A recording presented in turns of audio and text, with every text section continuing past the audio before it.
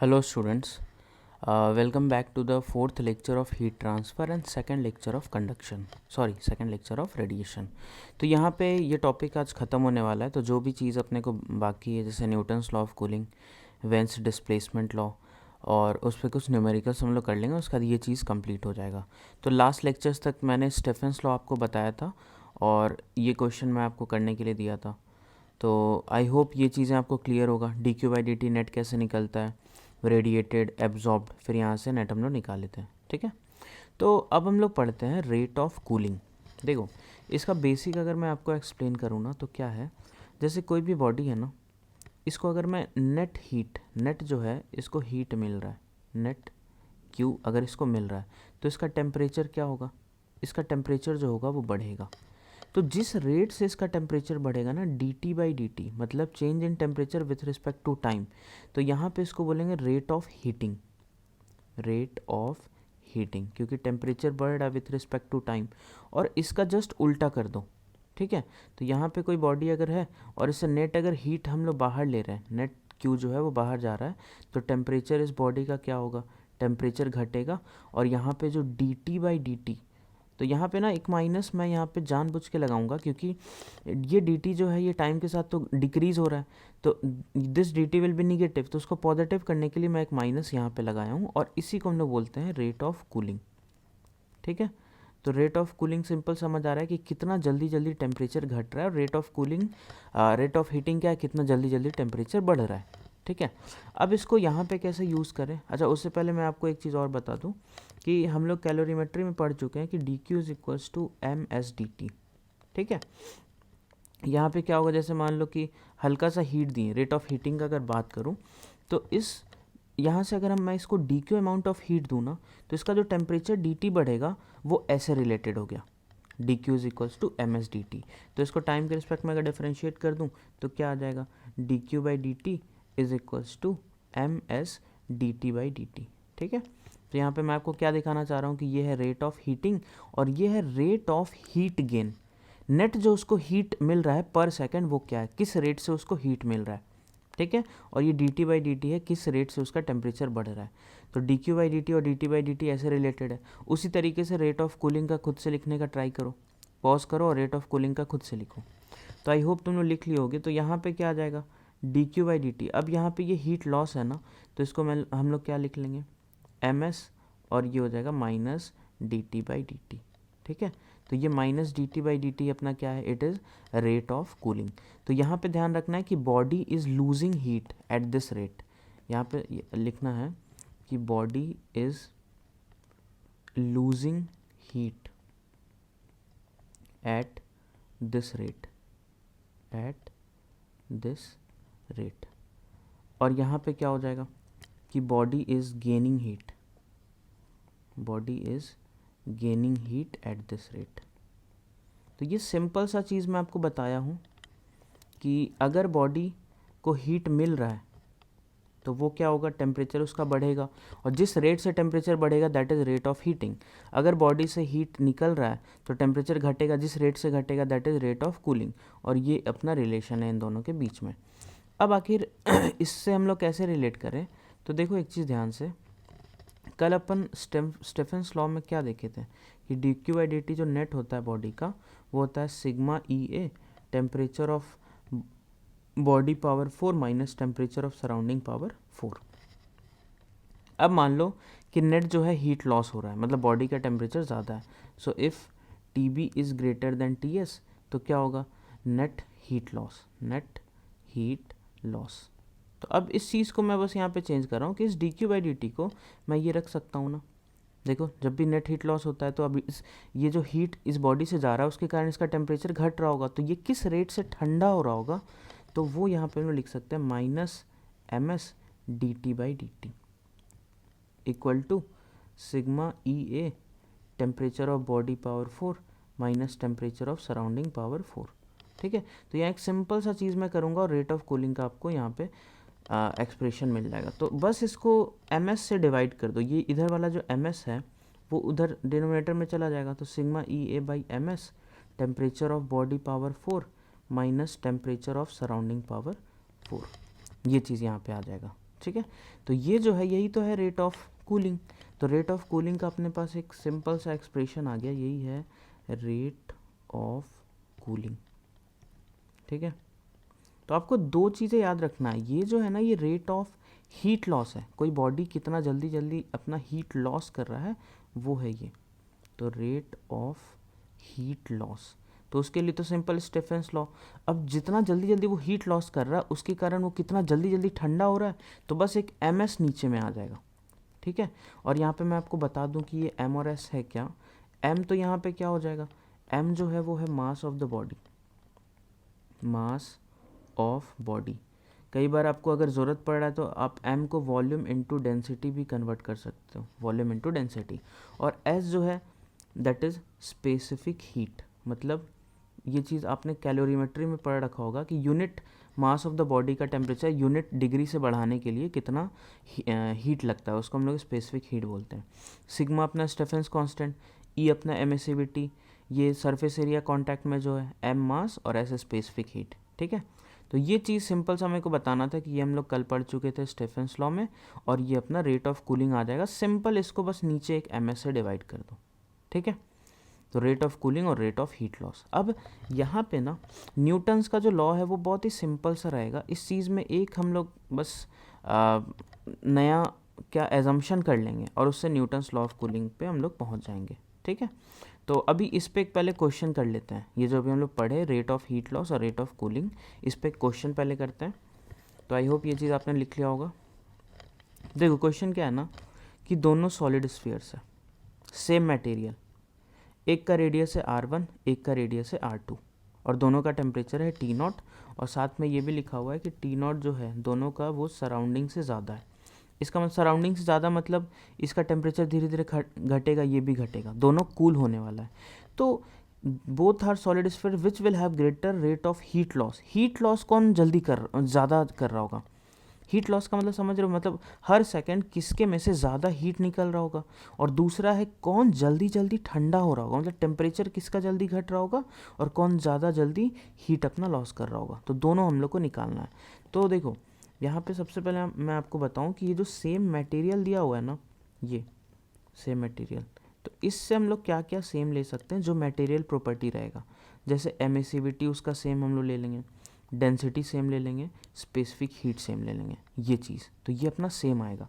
अब मैं लिखता हूँ पहला, अगर मैं सॉल्व करूँ हीट लॉस के लिए, तो dQ/dt जो अपना था वो था सिग्मा ई ए, एरिया कितना हो जाएगा एक सॉलिड स्फीयर का, तो 4πr² इंटू बॉडी का टेम्परेचर T0 दोनों के लिए T0 पावर 4 माइनस TS⁴ ये है। अब देखो क्या क्या कांस्टेंट है, सिग्मा कांस्टेंट, यहाँ पे आप बस कांस्टेंट को देखते जाओ। तो क्या है, सिग्मा कांस्टेंट है, ई कांस्टेंट है, 4π कांस्टेंट है। ठीक है। रेडियस अलग अलग है, एक बड़ा एक छोटा है। ठीक है। और यहाँ पे मेरे को क्या दिख रहा है कि R2 जो है वो बड़ा है, तो यहाँ पे साइड में लिख भी लो कि R2 is greater then R1। ठीक है। हाँ, तो हम यहाँ पे आते हैं कौन कौन कांस्टेंट है। सिग्मा ई 4π कांस्टेंट हो गया, T0 कांस्टेंट है क्योंकि बॉडी का टेम्परेचर दोनों सेम है और सराउंडिंग का भी सेम है। इसका मतलब कि dQ/dt जो है, dQ/dt किस पे डिपेंड कर गया, dQ/dt सिर्फ और सिर्फ डिपेंड किया रेडियस का स्क्वायर। तो जितना ज़्यादा रेडियस उतना ज़्यादा हीट लॉस। तो dQ/dt जो होगा वो किसका ज़्यादा, कौन जल्दी जल्दी हीट लॉस कर रहा होगा, जो ज़्यादा रेडियस का होगा। तो सेकंड का हीट लॉस किससे ज़्यादा हो जाएगा, फर्स्ट वाले से। तो आपको समझ आइए मैं क्या लिखा हूँ कि किससे ज़्यादा हीट निकल रहा है, तो सेकंड वाले से, क्योंकि अपना फॉर्मूला R² के प्रोपोर्शनल आ गया। लेकिन कौन जल्दी जल्दी ठंडा हो रहा होगा। ठीक है। अब इसको करते हैं, तो ठंडा के लिए मेरे को आना है माइनस dT/dt पे, माइनस dT/dt। फिर से लिखो सिग्मा ई, एरिया को लिख दो 4πr² into T0 power 4 body का power 4 minus surrounding power 4 divided by MS आता था। अब m जो है वो मास है। अब मैं क्या करूँ, मास तो दिया नहीं हुआ, तो मैं इसको चेंज करूँगा m को वॉल्यूम इनटू डेंसिटी। तो वॉल्यूम जब लिखूँगा तो ये हो जाएगा 4/3πr³ इंटू डेंसिटी कितना हो जाएगा, डेंसिटी मान लो दोनों का सेम है, तो ये मास हो गया इंटू स्पेसिफिक हीट को मान लो S। ठीक है। अब यहाँ पे कंपेयर करो, तो मैं यहाँ पे क्या देख रहा हूँ कि 4π कट जाएगा, R² से एक R नीचे का कट जाएगा। अब तुम देखो ये sigma constant, E constant, rho constant same material, S constant same material, T nought दोनों का बराबर है, टी एस बराबर है। तो और ये 3 तो कांस्टेंट है ही, तो ये पूरा जो क्वांटिटी है उसमें बस एक नीचे वाला आर बच रहा है और ये सारा ही कांस्टेंट हो गया। तो मेरे को यहाँ से क्या दिख रहा है, यहाँ से हमको दिखा कि जो रेट ऑफ कूलिंग है मतलब माइनस डी टी बाई जो डी टी है ये प्रोपोर्शनल टू 1/r हो गया। मतलब जितना कम रेडियस उतना ज़्यादा रेट ऑफ कूलिंग। तो कौन जल्दी ठंडा होगा, जो कम रेडियस का होगा। तो minus D T by D T किसका ज़्यादा होगा, 1 का ज़्यादा हो जाएगा as compare to the rate of cooling of second sphere. तो अब इस चीज़ को क्लियर कर लो कि जो जल्दी जल्दी हीट लॉस कर रहा होगा, मतलब जिसके अंदर से जल्दी हीट निकलेगा, वो ज़रूरी नहीं है कि ठंडा भी जल्दी हो। यहाँ पे क्या हो रहा है कि इसका हीट जो निकल रहा है सराउंडिंग में वो ज़्यादा निकल रहा है, but at the same time इसका मास भी तो ज़्यादा है ना। तो एम एस डेल्टा टी हो सके उस डेल्टा टी को जल्दी जल्दी नहीं ठंडा कर पा रहा होगा। इसमें हीट कम निकल रहा है लेकिन मास भी कम है, तो ये ठंडा जल्दी जल्दी हो जा रहा है। ठीक है, तो ये दोनों क्वेश्चन आई होप आपको क्लियर हुआ होगा और ये इंपॉर्टेंट भी है। हीट लॉस अलग चीज़ है, कूलिंग अलग चीज़ है।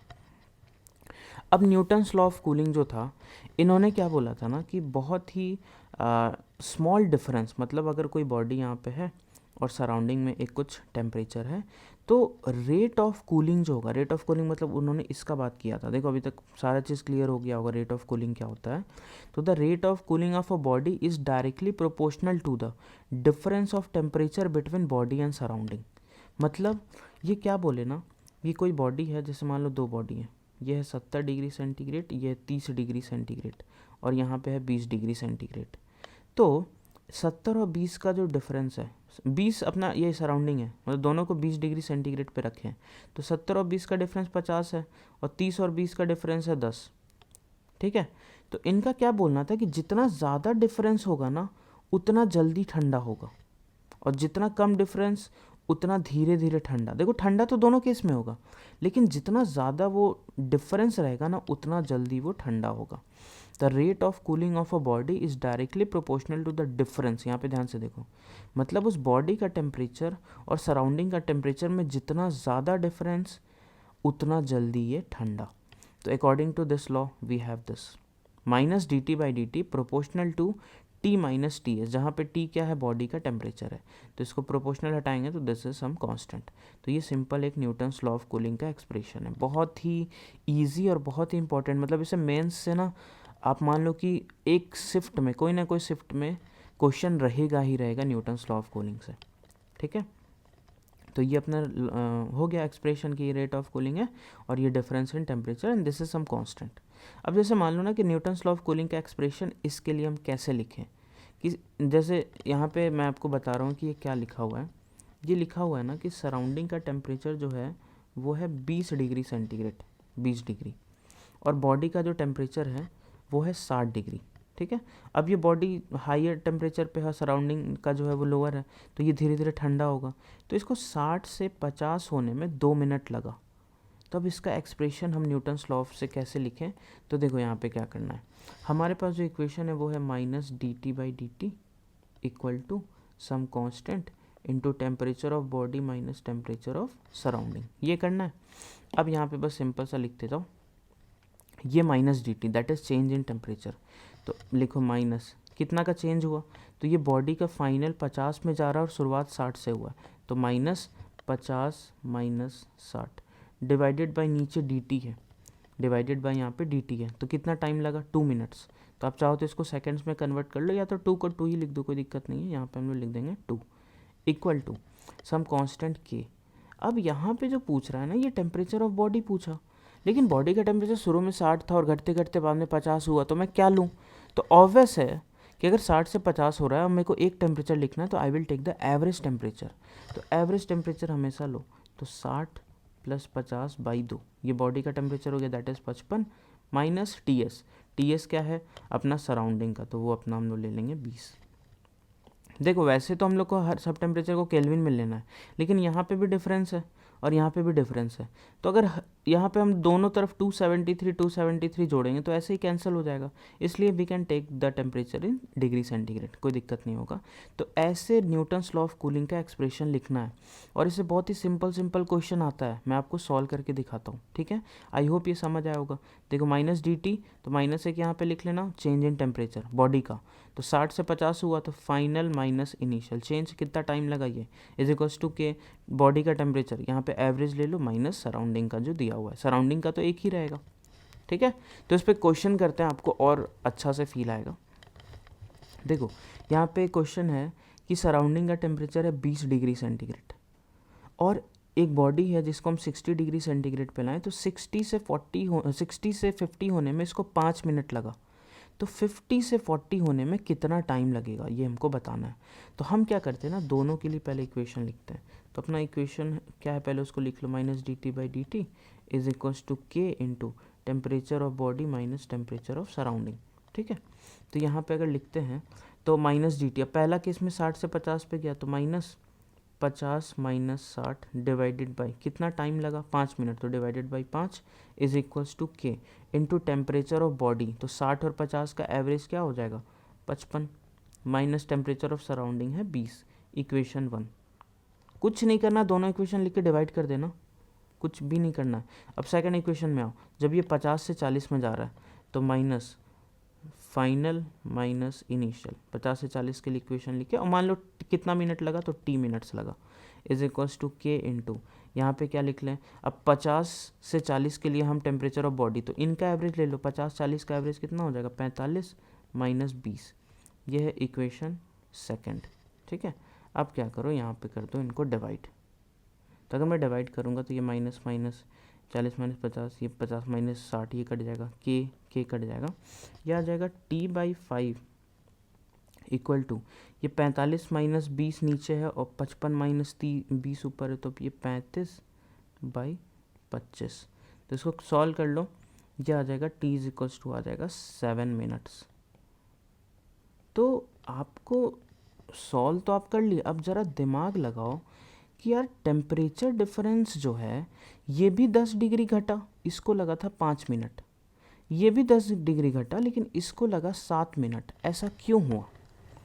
अगर आपके दिमाग में इसका आंसर आ गया, इसका मतलब आपको Newton's law of cooling clear हो गया। नहीं आया, इसका मतलब थोड़ा सा भी मेहनत करना पड़ेगा इस पर। देखो ऐसा क्यों हो रहा है कि मैं आपको क्या बताया कि जब 20 डिग्री सराउंडिंग है, अब इसका 60 है, तो इसका डिफरेंस देखो अभी कितना है, ज़्यादा है, और जब यही बॉडी जब 50 पे आएगा तो इसका डिफरेंस कम हो गया ना। यहाँ पे डिफरेंस है 40, यहाँ पे डिफरेंस है 30, तो जहाँ डिफरेंस ज़्यादा वो जल्दी ठंडा हो गया, तो 60 से 50 होने में इसको जो टाइम लगेगा वो कम लगेगा, और 50 से 40 होने में जिसको टाइम लगेगा वो ज़्यादा होगा, क्योंकि इसका डिफरेंस ज़्यादा है ना, ठीक है। तो यही चीज़ आपको ध्यान रखना है। और पता है अगर 40 से 30 का हम पूछे ना, तो इससे भी ज़्यादा टाइम लगेगा, वो और ज़्यादा टाइम लेगा ठंडा होने में। तो जैसे जैसे वो सराउंडिंग के नज़दीक जाने लग जाता है ना, सराउंडिंग के टेम्परेचर के नज़दीक, उसका टाइम ज़्यादा लगने लग जाता है ठंडा होने का, मतलब रेट ऑफ कूलिंग जो होता है ना वो डिक्रीज़ हो जाता है, धीरे धीरे ठंडा होता है, ठीक है। अब इस क्वेश्चन को सॉल्व करते हैं कि एक सराउंडिंग टेम्परेचर है T, और ये 3T से 2T गया है 10 मिनट में, तो 2T से कितना टेम्परेचर में जाएगा अगले 10 मिनट में, ये तुमको बताना है। सराउंडिंग का टेम्परेचर है T, तो इसको मैं ज़रा सॉल्व करता हूँ। इसको अगर मैं सॉल्व करूँ ना तो ये कुछ आएगा, अपना एक्सप्रेशन पहले लिख लो, minus D T by D T is equals to K into temperature of body minus temperature of surrounding. तो यहाँ पे मैं पहला लिखूँ तो माइनस कितना से 3T से 2T के लिए मैं लिख रहा हूँ, इसके लिए ये वाला अपना, तो 3T से 2T के लिए तो मैं लिख दूंगा 2T माइनस 3T बाई जो नीचे टाइम हो तो वो 10 मिनट लगा, is equals to K into temperature of body, तो 3T और 2T का क्या हो जाएगा, 2T बाई 5T बाई 2 हो जाएगा, 2.5T माइनस सराउंडिंग का जो टेम्परेचर है वो है T, ये यहाँ पे ऐसा आ गया, इक्वेशन 1। इक्वेशन 2 लिखो, जब ये जा रहा है 2T से T डैश में, तो 2T से T डैश में अगर गया तो मैं क्या लिखूँगा, फाइनल T डैश है माइनस 2T बाई टाइम है वही अपना अगले 10 मिनट के लिए, तो K इंटू, अब इनका एवरेज क्या हो जाएगा, तो एवरेज होगा 2T plus T dash by 2 और माइनस सराउंडिंग है T। अब इनको करो डिवाइड, ध्यान से डिवाइड ध्यान से करना, ये 10 10, ठीक है। के। अब ऊपर में क्या बचा, ऊपर में बचा है टी, इस चीज़ को मैं लिख दे रहा हूँ कि ऊपर में अपने पास बचा टी, और नीचे में इस माइनस को अंदर मल्टीप्लाई कर दो तो ये बचा 2t minus T dash equal to, इधर हो जाएगा 2.5 माइनस टी मतलब 1.5t डिवाइडेड बाई, यहाँ पे हो जाएगा 2t plus T dash minus 2t by 2। तो इस 2 को मैं ऊपर भेज दूंगा, ठीक है, और ये टी कैंसिल कर दो तो ये आ जाएगा 1/2t minus T dash equal to 2 ऊपर जाएगा तो ये बन जाएगा 3, 2 इंटू 1.5 3, और ये 2t plus T dash minus 2t। तो आई गेस ये 2t यहाँ पे तो कैंसिल हो जा रहा है, ठीक है, इसको कैंसिल कर दो, टी डैश इधर आ जाएगा is equals to 3 into 2t आ जाएगा 6t माइनस 3t डैश, तो ये आ जाएगा 4t डैश, तो टी डैश यहाँ पे आ जाएगा 3t/2, मतलब उसका जो टेम्परेचर होगा अगले 10 मिनट के बाद वो हो जाएगा 3t/2, ठीक है। तो आई होप आपको ये वाला क्वेश्चन भी समझ आ गया होगा।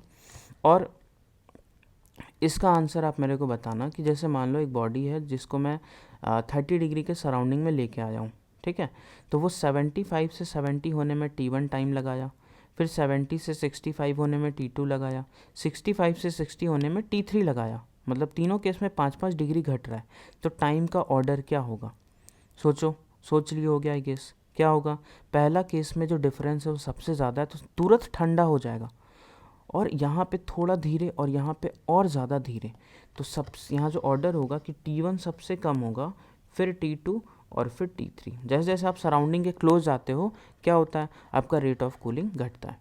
इसका एक ग्राफ याद रखना आप, जैसे मान लो किसी बॉडी का टेम्परेचर T0 है, ठीक है, और T0 जो है वो सराउंडिंग से ज़्यादा है, सराउंडिंग अपना यहाँ पे मान लो TS है, ठीक है, तो बॉडी तो ऑब्वियसली है कि अगर मैं वो जो एग्जांपल दिया था कि गर्म चाय को अगर मैं लेके आऊँ रूम में तो वो ठंडा होता है, और कब तक ठंडा होता है, जब तक उसका टेम्परेचर सराउंडिंग के बराबर नहीं होता है। अब ये ठंडा होने का जो रेट होता है वो कांस्टेंट नहीं होता है, शुरू में जल्दी जल्दी ठंडा होगा, फिर जैसे जैसे ये ठंडा होते जाएगा तो इसका रेट जो होगा वो घटते जाएगा।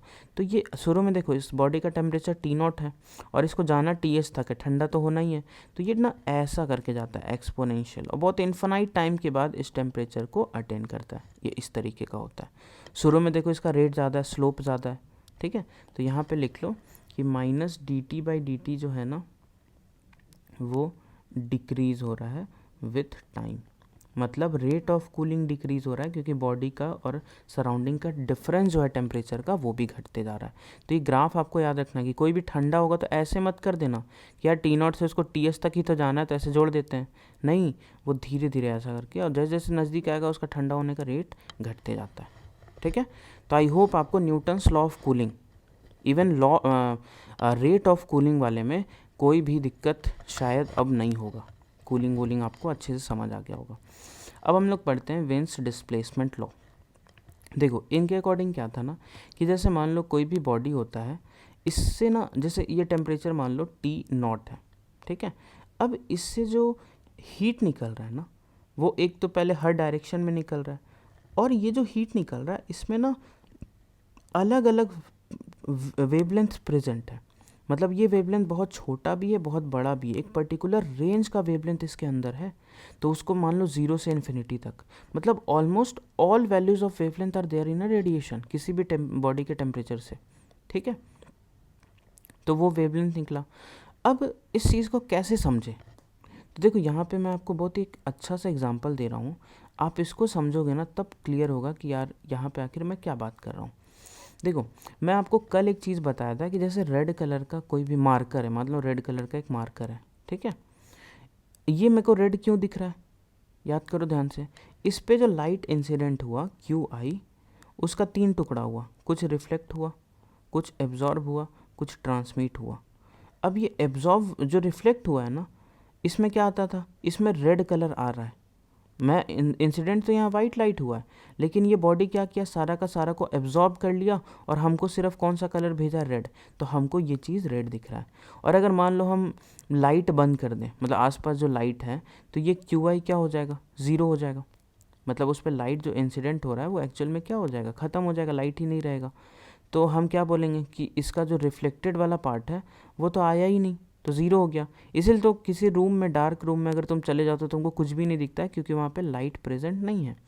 तो यहाँ पे अब एक मैं आपसे क्वेश्चन पूछना चाहता हूँ कि जब एक आयरन रॉड को लेते हैं और इसको हीट कर दो, बहुत मतलब बहुत ज़्यादा टेम्परेचर बढ़ाओ, तो इसका सामने वाला पार्ट क्या होता है, रेडिश कलर का हो जाएगा। आपने देखा होगा बहुत सारे वीडियोस में, जब वो मेल्ट करते हैं तो उससे पहले क्या रेड कलर का हो जाता है। और एक मेरे पास मान लो रेड कलर का कोई बॉडी है, मार्कर ही मान लो रेड कलर का, ठीक है। इन दोनों का रेड कलर दिखने का जो मतलब इसके पीछे जो फिजिक्स लगा हुआ है ना, वो अलग अलग है। इन दोनों चीज़ को, मतलब एक हॉट आयरन रॉड को आप ले जाओ जंगल में एकदम अंधेरा में, और इस रेड मार्कर को भी आप ले जाओ जंगल में अंधेरा में, आप बताओ आपको कौन सा चीज़ दिखेगा और कौन सा नहीं दिखेगा। ऑब्वियस सा चीज़ है कि ये वाला चीज़ हमको दिखना बंद हो जाएगा और ये क्या होगा, दिखते रहेगा। इसका मतलब ये जो रेड दिख रहा है ना, उसको देखने के लिए हमको लाइट का रिक्वायरमेंट नहीं है। ये जो वेवलेंथ बना रहा है ना, यहाँ से जो ये रेडिएट कर रहा है, आप ध्यान से देखो, ये रेडिएशंस जो कर रहा है due to its own temperature, वही जो वेवलेंथ है, उस रेडिएशंस का जो वेवलेंथ है ना, वो रेड कलर के रीजन में लाई कर जा रहा है। आप पढ़े होगे विबग्योर, विबग्योर आप पढ़े हो, तो यहाँ पे रेड कलर का एक वेवलेंथ होता है। अब मान लो इस बॉडी से जो रेडिएशंस निकले, उसका वेवलेंथ अगर रेड कलर का ही हो जाए, तो मेरे आँख में जो पड़ेगा वो क्या पड़ेगा, रेड कलर का लाइट पड़ेगा। तो इसको ना कोई एक्सटर्नल लाइट का ज़रूरत नहीं है जिसको रिफ्लेक्ट करके मेरे को दिखाए, ये तो अपना टेम्परेचर के कारण जो रेडिएट कर रहा है उसके कारण हमको दिखा। तो हम किसी डार्क रूम में भी ले जाए ना, जहाँ पे लाइट प्रेजेंट नहीं है, तो भी ये हमको दिखेगा, क्योंकि इसका दिखने का रीज़न है इट्स हाई टेम्परेचर। जब उसको हीट कर रहे हैं तो इसका रेडिएशन चला जा रहा है रेड कलर के रीजन में। लेकिन जो रेड कलर का मार्कर दिख रहा है, वो रेड हमको रेडिएशंस के कारण नहीं दिख रहा, वो हमको दिख रहा है रिफ्लेक्शन के कारण। तो वो सारा कलर को एब्जॉर्ब करके रेड को रिफ्लेक्ट कर रहा है। तो अगर मैं इसको डार्क रूम में ले जाऊँ तो वहाँ तो लाइट गया ही नहीं, तो लाइट गया ही नहीं तो रिफ्लेक्ट क्या होगा। तो ये आपको अब वेंस डिस्प्लेसमेंट से क्लियर हुआ कि बॉडीज़ का जो कई बार हमको कलर्स दिखता है ना, वहाँ हर बार रिफ्लेक्शन रिस्पॉन्सिबल नहीं होता है, कई बार रेडिएशन आता है जब टेम्परेचर बहुत ज़्यादा हो जाता है, ठीक है। तो यहाँ पे जो मैं आपको बताया वही लिखा हूँ कि if we switch off all the lights of this room we can't see the red colour body but red is high temperature iron rod will be visible. तो ये क्यों है, due to radiation of light. इसको अच्छे से अपने word में लिख लो। अब यहाँ पे मैं आपको बताया कि यार इसका तो बहुत सारा वेवलेंथ निकलता है, तो यहाँ तो अलग अलग कलर का लाइट दिखना चाहिए था, क्यों हमको रेड दिख रहा है। उसमें क्या होता है ना कि अब मान लो कि इसमें से निकला 1000 रेज, 1000 रेडिएशंस, ठीक है। अब वो 1000 में 990 मान लो रेड कलर का है और बाकी 10 जो है वो डिफरेंट का है। तो यार मेरे आँख में जो पड़ेगा उसमें सोचो 99% रेज जो है वो रेड कलर का है, तो ऑब्वियसली हमको क्या दिखेगा, ये रेड दिखेगा। तो है तो वेवलेंथ अलग अलग, लेकिन एक पर्टिकुलर टेम्परेचर पे ना एक वेवलेंथ का नंबर बहुत ज़्यादा हो जाता है, ठीक है। तो वो जो हम लोग बनाते हैं उसका ग्राफ कुछ ऐसा बनता है। देखो ई लैम्डा है कि उस पर्टिकुलर वेवलेंथ से जो टोटल एमिसिव पावर है, मतलब उस लैम्डा का जो एमिसिव पावर हुआ, जैसे एक बॉडी है उसका 1 मीटर स्क्वायर से जो खूब सारा जो हम लोग हीट निकल रहा था, अब उसमें जो लैम्डा का है, सिर्फ हम अगर इसमें से लैम्डा को निकाले बाहर तो उसका एमिसिव पावर जो होगा वो ई लैम्डा का दिखा रहा है। अब क्या होगा, किसी भी पर्टिकुलर टेम्परेचर पे खूब सारा रेज निकल रहा है, लेकिन उस टेम्परेचर पे एक जो लैम्डा होगा ना उसका नंबर बहुत ज़्यादा होगा, ठीक है, एक पर्टिकुलर लैम्डा का। तो यहाँ पे वैसा ही ग्राफ ड्रॉ किए, तो ये ऐसा करके बन गया। तो यहाँ पे आप इसको ऐसे समझ लो, मैं यहाँ पे ड्रॉ कर दे रहा हूँ कि अपना मान लो मेरे को क्या ड्रॉ करना, इधर है ई लैम्डा, ठीक है, और इधर है लैम्डा। अब किसी टी टेम्परेचर पे कोई बॉडी है, कोई टेम्परेचर है बॉडी T1 पे, तो इससे जो वेवलेंथ निकल रहा है वो क्या बहुत सारा निकल रहा होगा, अलग अलग वेवलेंथ का। लेकिन इसमें भी ना एक टेम्परेचर, एक मतलब एक पर्टिकुलर वेवलेंथ का बहुत सारा रेडिएशंस निकल रहा होगा। तो उसको हम लोग कैसे ड्रॉ करते हैं, तो उसी को ड्रॉ करने का मैं बताया हूँ। ये कुछ मेरे को हाथ से ही ड्रॉ करना पड़ेगा, ये कुछ ऐसा करके बनता है इस तरीके का, ठीक है। ये तो देखो एक पर्टिकुलर वेवलेंथ के ना बहुत ज़्यादा एमिसिव पावर है, मतलब नंबर ऑफ रेडिएशंस इस पर्टिकुलर लैम्डा का बहुत ज़्यादा हो गया होगा। तो मैं बस यहाँ पे ऐसा कर दे रहा हूँ कि ये अपना है लैम्डा एम, हम लोग बोलते हैं जिसका एमिसिव पावर सबसे ज़्यादा होता है, ठीक है। और ये मान लो अगर टेम्परेचर T1 पे है तो वेन्स का यही लॉ था ना, वेन्स डिस्प्लेसमेंट लॉ, कि ये जो लैम्डा m आया है उस पर्टिकुलर टेम्परेचर पे जो सबसे ज़्यादा रेज निकल रहा है वो इस लैम्डा m का है, तो लैम्डा m इंटू टी जो होगा वो कांस्टेंट होगा। इनका कहना यही था, लैम्डा m इंटू टी जो होगा कांस्टेंट, और ये कांस्टेंट है वेन्स कांस्टेंट। तो अगर मैं टेम्परेचर को बढ़ाऊँ तो क्या होगा, ये लैम्डा घटेगा। तो टेम्परेचर को जब बढ़ाते हैं ना तो ये लैम्डा जो होता है ये शिफ्ट करता है, तो ये घट जाता है, ऐसा करके कुछ आ गया, ये आ गया टेम्परेचर T2, ठीक है। और इसका लैम्डा जो होगा वो यहाँ पे आ गया, that is lambda m of temperature T2, और ये है lambda m of temperature T1, ठीक है। तो आई होप ये ग्राफ आपको क्लियर होगा। और यहाँ पे अब हम इसका एक्सप्रेशन हम लोग बस लिख लेते हैं, ये ऐसा बना, ठीक है। अब इसका वेन्स डिस्प्लेसमेंट लॉ क्या बोले थे कि जिस पर्टिकुलर लैम्डा इंटू टेम्परेचर को मैं मल्टीप्लाई करूंगा तो यही है veins displacement law, lambda m into T constant. और ये कॉन्स्टेंट जो होगा वो क्या हो जाएगा 2.9 इंटू 10⁻³ और यूनिट कैसे आया, तो लैम्डा मीटर और टेम्परेचर केल्विन, तो ये हो जाएगा metre kelvin, 2.9 into 10⁻³ metre kelvin. तो यहाँ पे बस ये lambda m proportional to 1/T, तो lambda m T1 equals to lambda two T2, temperature should be in kelvin, ध्यान रखना इस फॉर्मूला में। ये लैम्डा समझ गए ना कि उस टेम्परेचर पे जो मैक्सिमम रेज आ रहा है वो इस लैम्डा का आ रहा है, तो टेम्परेचर हम बढ़ाएंगे तो लैम्डा घट जाएगा। तो जो लॉ है वो यही है, lambda 1 T1 equals to lambda 2 T2। अब मेरे को यहाँ पे क्वेश्चन दिया हुआ है कि किसी बॉडी का ना जब 1227 डिग्री सेंटीग्रेड की है ना तो उसमें सबसे ज़्यादा जो लाइट निकल रहा है वो 5000 एंगस्ट्रॉम का निकल रहा है। तो if T is increased by 1000 kelvin the maximum intensity will be observed eight, मतलब किस वेवलेंथ पे मैक्सिमम इंटेंसिटी आएगा। तो लगाओ lambda 1 T1 equal to lambda 2 T2। अब लैम्डा 1 जो होगा वो अपना है 5000 एंगस्ट्रॉम, तो इसको 5000 एंगस्ट्रॉम ही रहने दो। और टेम्परेचर कितना हो गया 1227, और केल्विन में लेंगे तो 273 और ऐड कर दो, इक्वल्स टू लैम्डा 2 तुम निकालना है हमको, लैम्डा 2, और टेम्परेचर हम 1000 से बढ़ा दिए, तो 1227 में 1000 बढ़ाएंगे तो 2227 और प्लस 273, तो ये देखो क्या हो जाएगा 5000 एंगस्ट्रॉम इंटू ये जो होगा ये 1500 हो गया, is equals to lambda 2 into ये हो जाएगा 2500। तो 1500 25 को कट करें तो ये 500 से 3 बार में, 500 से 5 बार में, तो लैम्डा 2 आ जाएगा 1500/5, तो ये आ जाएगा 3000 एंगस्ट्रॉम, ठीक है। तो देखो टेम्परेचर हम लोग बढ़ाएं तो उसका वेवलेंथ क्या हो जाएगा, घट गया, ये आ जाएगा इस मतलब जब बॉडी का टेम्परेचर 1000 से बढ़ा देंगे ना तो बॉडी से जो रेज निकल रहा है उसमें मैक्सिमम जो रेज होगा वो इस वेवलेंथ का निकलेगा, ठीक है।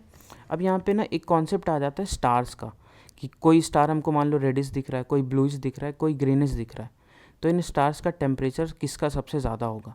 तो बस ऐसा याद रख लो कि विबग्योर में वेवलेंथ, बस ध्यान रखना विबग्योर में क्या होता है, रेड की तरफ जाते हैं तो वेवलेंथ बढ़ता है, ठीक है। तो रेड की तरफ अगर हम जाएंगे तो वेवलेंथ मेरा बढ़ रहा है। तो अब देखो जो स्टार हमको रेडिश दिखा यहाँ पे, ऐसा बस तुम क्या करो, क्वेश्चन वैसे एक काम करो ना, इसको सॉल्व करने का ट्राई करो। वेवलेंथ और टेम्परेचर जो अपना वेन्स डिस्प्लेसमेंट लॉ है, देखो जो रेडिश दिख रहा है इसका मतलब वहाँ से जो रेज आ रहा है उसका वेवलेंथ जो है वो रेड कलर से मैच कर रहा है, तभी तो मेरे आँख पे जब पड़ा तो ये स्टार हमको लाल दिखा। जो ब्लूइश दिख रहा है उसका वेवलेंथ जो है वो लैम्डा ब्लू के बराबर होगा, और जो ग्रीनिश दिख रहा है उसका लैम्डा ग्रीन। तो इन स्टार्स में किसका टेम्परेचर कितना, मतलब किसका टेम्परेचर ज़्यादा होगा यही हमको बताना है, ठीक है। तो इसमें मैं यही विबग्योर का यूज़ करता हूँ, तो मैं यहाँ पे क्या करता हूँ, पहले इसको लिख लेता हूँ विबग्योर। अब मैं इधर जाता हूँ तो क्या लैम्डा बढ़ता है, तो पहले लैम्डा का ऑर्डर देखो कि मेरे पास जो है ब्लू यहाँ पे है, ग्रीन यहाँ पे है और रेड यहाँ पे है, तो इधर जाने से लैम्डा बढ़ रहा है ना, इसका मतलब सबसे कम लैम्डा ब्लू का हुआ होगा, तो लैम्डा ऑफ ब्लू जो होगा वो सबसे कम होगा, फिर लैम्डा ऑफ ग्रीन और फिर लैम्डा ऑफ रेड, ये होता है। अब लैम्डा इंटू टेम्परेचर होता है कांस्टेंट, मतलब अगर जिसका लैम्डा ज़्यादा है ना उसका टेम्परेचर कम होगा, या तो हम बोल सकते हैं कि इनका जो ऑर्डर होगा वो ऑपोजिट होगा, तो जो लैम्डा का ऑर्डर है उसका ऑपोजिट ऑर्डर टेम्परेचर का हो जाएगा। तो temperature of blue star will be greater than temperature of green star and temperature of red star, ये ऐसा करके आ जाएगा। तो आई होप ये वेन्स डिस्प्लेसमेंट से आपको क्लियर हो गया होगा। अब इसका एक लास्ट टॉपिक देख लेते हैं, सोलर कांस्टेंट। तो सोलर कांस्टेंट क्या होता है ना, देखो सन से अपने अर्थ पे क्या आ रहा है, लाइट आ रहा है। अब सन के 1 मीटर स्क्वायर में जो हर सेकेंड हीट एनर्जी इंसिडेंट हो रहा है ना, वही है solar constant. It is the energy incident on earth surface पर सेकेंड पर यूनिट एरिया। ठीक है, ये छोटा सा कॉन्सेप्ट आपको समझ आया सोलर कांस्टेंट क्या है। तो अर्थ के 1 मीटर स्क्वायर, तुम मान लो कोई भी 1 मीटर स्क्वायर मान लो अपने घर के आसपास, उसमें हर सेकेंड जो हीट एनर्जी मतलब पहुंच रहा है सन के कारण, दैट इज़ सोलर कांस्टेंट। तो यहाँ पे उसका थोड़ा सा डेरिवेशन कर लेते हैं। जैसे मान लो ये जो है वो इनके बीच का डिस्टेंस जो है वो d है, अर्थ और सन के सेंटर के बीच का। सन का रेडियस r मान लो। तो पहले तो ये निकालो कि ये जो रेडिएट कर रहा होगा ना हीट हर सेकेंड, वो कितना होगा, इसका जो हीट रेडिएशन होगा। तो अब तुम देखो सन का टेम्परेचर इतना ज़्यादा है कि इसका सराउंडिंग का टेम्परेचर नेगलेक्ट कर दो। मतलब बस ये मानो कि जो भी एब्जॉर्ब कर रहा है ना वो नेग्लिजिबल है as compare to the energy radiated by the sun. तो D Q by D T of sun क्या हो जाएगा, sigma E A temperature of sun power 4, और सराउंडिंग को हम नेगलेक्ट कर रहे हैं तो 0 लिख दिए। तो सिग्मा, और सन को हम लोग हमेशा ब्लैक बॉडी मानते हैं, इससे ज़्यादा एमिसिविटी किसका होगा, किसी का नहीं है।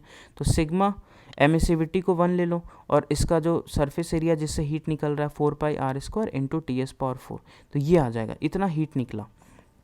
अब देखो वो अर्थ पे पहुंचा ऐसा, तो इतना हीट पर सेकेंड जो पहुंच रहा है ना वो इस पूरा सरफेस एरिया में पहुंच रहा है, क्योंकि 3D में देखेंगे तो ये पूरा का पूरा हीट अर्थ के सरफेस पे थोड़ी पहुंचा, ये तो 3D में पहुंचा। तो ये जो हीट निकला यहाँ से वो हर सेकेंड कितने एरिया में पहुंच जाएगा, 4πd²। देखो इसका जो डिस्टेंस है वो d है, तो जब वो अर्थ पे पहुंचा तो बाकी हीट जो होगा वो इसके यहाँ पहुंच चुका होगा, ऐसा ऐसा सब 3D में देखेंगे तो कुछ ऐसा करके जाएगा। तो ये जो टोटल हीट है वो कितने में डिस्ट्रीब्यूट हो जाएगा, 4πd² में। तो 4πd² में अगर इतना पहुंच रहा है तो अर्थ के पास का 1 मीटर स्क्वायर पे कितना पहुंच रहा होगा, तो निकाल लो। 4πd² में इतना पहुंचा, मतलब जो इसका हीट है, तो 1 में कितना पहुंचेगा, तो ये हो जाएगा। अब यहाँ पे 4π डिवाइड कर दो, तो जो एक्सप्रेशन आया यही है सोलर कांस्टेंट। तो सोलर कांस्टेंट देख लो, टेम्परेचर ऑफ सन के पावर 4 के प्रोपोर्शनल है, T proportional to temperature of sun power 4। तो ये क्वेश्चन डायरेक्ट आएगा कि अगर हम सन का टेम्परेचर को डबल कर दे तो सोलर कांस्टेंट क्या होगा, तो 2⁴ टाइम्स, मतलब 16 टाइम्स सोलर कांस्टेंट बढ़ जाएगा। तो ये पूरा एक्सप्रेशन याद रखना है। कई बार बोल देगा कि रेडियस ऑफ सन को बढ़ा दें, तो रेडियस में r² के प्रोपोर्शनल है। Distance between sun and earth को अगर हम बढ़ा दें तो ये 4 टाइम्स घट जाएगा फिर, ठीक है। तो ये एक्सप्रेशन अपना है solar constant. Sigma Stefan's constant है, Ts temperature of sun, R radius of sun and D is the distance between earth centre and sun centre, ठीक है। तो यहाँ पे अपना ये रेडिएशन वाला पार्ट भी होता है कंप्लीट। हम लोग अगले क्लास से कैपेसिटर स्टार्ट करेंगे, ठीक है। तो आई होप ये पूरा हीट ट्रांसफ़र के 4 वीडियो से आपको बहुत हेल्प मिला होगा। तो मिलते हैं अगले वीडियो में। Thank you.